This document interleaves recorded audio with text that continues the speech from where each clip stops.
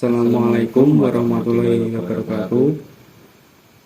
Di sini kami dari kelompok 10 beranggotakan saya Muhammad Ilham Jasono, nomor absen 24, dan rekan saya Afgar Gadita, nomor absen 1. Ya, di sini kami akan mencoba mempresentasikan ketiga soal, yaitu soal nomor 28, 29, dan 30. Ya, di sini mulai dari saya, yaitu membahas soal pada nomor 28.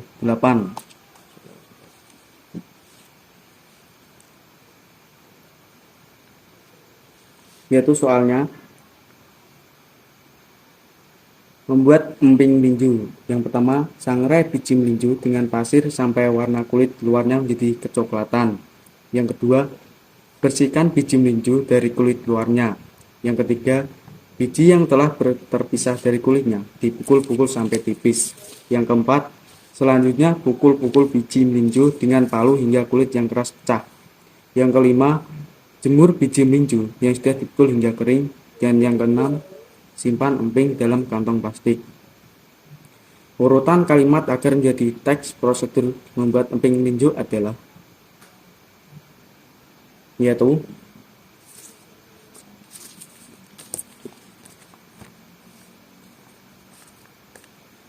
jawaban yang menurut kami benar dari soal yang sudah saya bacakan,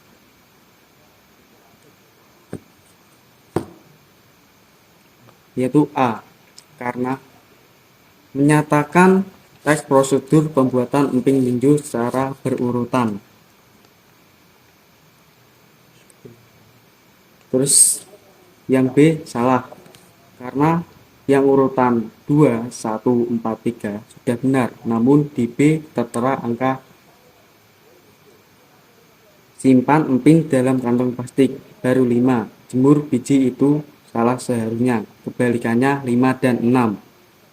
Dan yang C juga salah, karena 2 sudah benar dan seterusnya jelas tidak urut. Yang D salah, karena 2 sudah benar, 3 salah, 4 benar, 1 salah, 5 dan 6 benar. Dan yang E juga salah, karena 2 sudah benar dan seterusnya benar-benar tidak urut.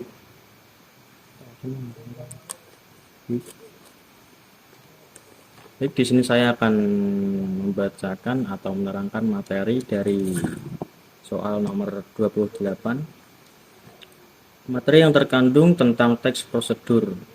Teks prosedur secara umum diartikan sebagai langkah-langkah suatu kegiatan untuk menentukan suatu pekerjaan dan cara menyelesaikannya, yaitu struktur. Struktur berikut ada 5. Yang pertama yaitu judul, berisikan nama benda yang akan dibuat. 2. Pengantar, berupa pernyataan yang menyajikan informasi umum mengenai apa yang akan dibuat. 3. Prosedur, langkah-langkah yang tersusun secara sistematis. 4. Alat dan bahan, berisi daftar alat atau bahan maupun persyaratan yang harus dibawa. Dan 5. Penutup, berisi kesimpulan atau rekomendasi, himbauan atau apresiasi. Dan adapun ciri-cirinya. Yang pertama, memiliki panduan langkah yang harus dikerjakan, menggunakan pola kalimat perintah, menggunakan kata kerja aktif.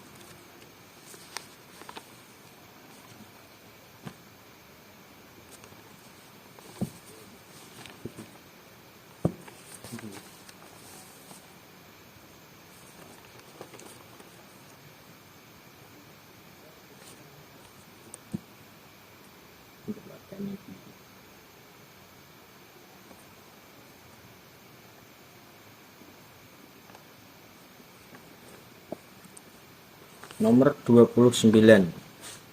Kalimat yang menggunakan konjungsi temporal adalah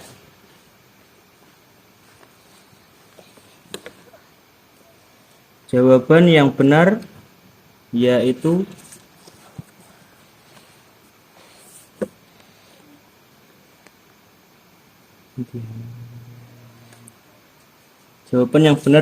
E. Selanjutnya, pukul-pukul biji melinju dengan palu hingga kulit yang keras pecah. Jawaban E benar karena terdapat kata penghubung yang digunakan untuk menghubungkan peristiwa, waktu, kejadian, yaitu di kata selanjutnya. Jawaban A salah dikarenakan kalimat datanglah di ruang tata usaha sekolah Anda. Tidak terdapat kata penghubung waktu. B dan C salah dikarenakan kalimat tersebut tidak adanya konjungsi temporal sederajat dan tidak sederajat. D salah karena kurangnya kata penghubung seperti kemudian, lalu, selanjutnya, setelahnya, dan sebelumnya. Dan di sini saya akan menjelaskan materi yang terkandung pada soal nomor 29, yaitu konjungsi temporal. Maksud dari konjungsi temporal adalah konjungsi atau kata hubung yang digunakan untuk menghubungkan peristiwa yang berbeda dan memiliki kaitan dengan waktu tertentu. Yang pertama, konjungsi temporal memiliki ciri-ciri, yaitu berfungsi sebagai subjuntif. Maksudnya modus yang menegaskan kemungkinan objektif dalam suatu kalimat. Yang kedua, konjungsi jenis temporal pada umumnya bisa ditempatkan di mana saja, baik di awal kalimat maupun di tengah dan di akhir kalimat. Yang ketiga, konjungsi jenis temporal juga bertindak sebagai tautan, yakni mengaitkan antara klausa dengan kalimat induk.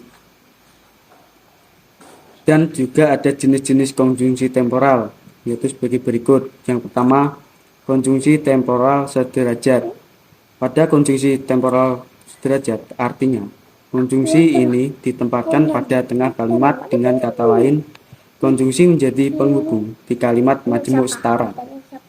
Yang kedua, konjungsi temporal tidak sederajat, yaitu menghubungkan beberapa kalimat dalam kurung majemuk bertingkat atau majemuk setara. Yang berikutnya soal nomor 30.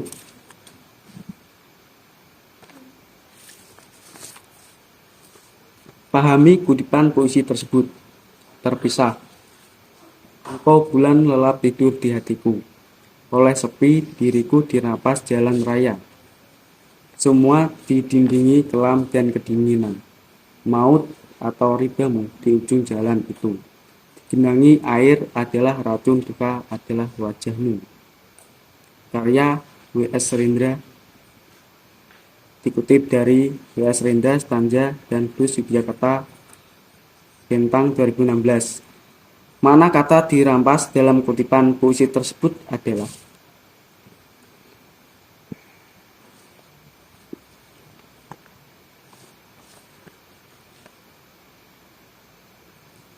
yaitu jawaban yang menurut kami benar E, karena pada kutipan puisi tersebut membahas tentang kesepian, itu sudah pasti benar karena judulnya puisi ini kesepian.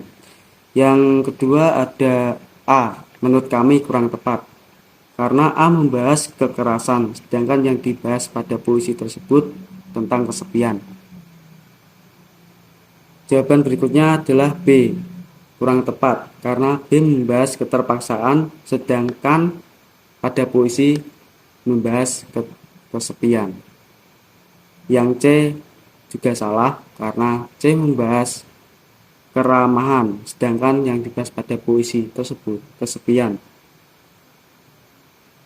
Dan D salah karena B membahas kematian, sedangkan yang dibahas pada puisi tersebut kesepian. Baik, di sini saya akan menjelaskan tentang materi yang terkandung dalam nomor 30. Puisi adalah salah satu jenis karya sastra yang gaya bahasanya sangat ditentukan oleh irama, rima, serta penyusunan larik dan bait. Adapun struktur puisi terdiri dari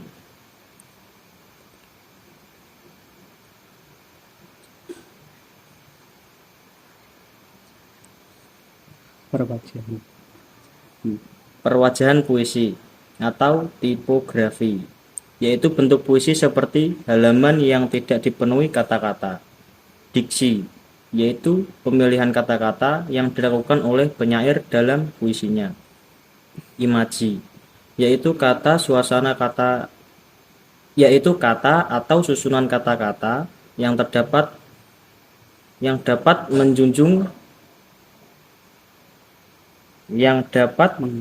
mengungkapkan pengalaman indrawi.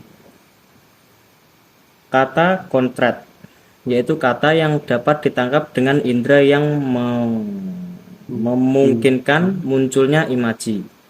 Gaya bahasa, yaitu penggunaan bahasa yang dapat menghidupkan atau meningkatkan efek dan menimbulkan konotasi tertentu.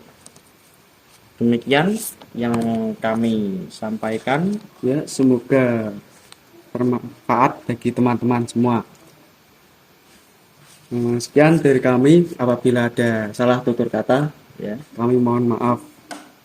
Ya, wabillahi taufik wal hidayah. Wassalamualaikum warahmatullahi wabarakatuh.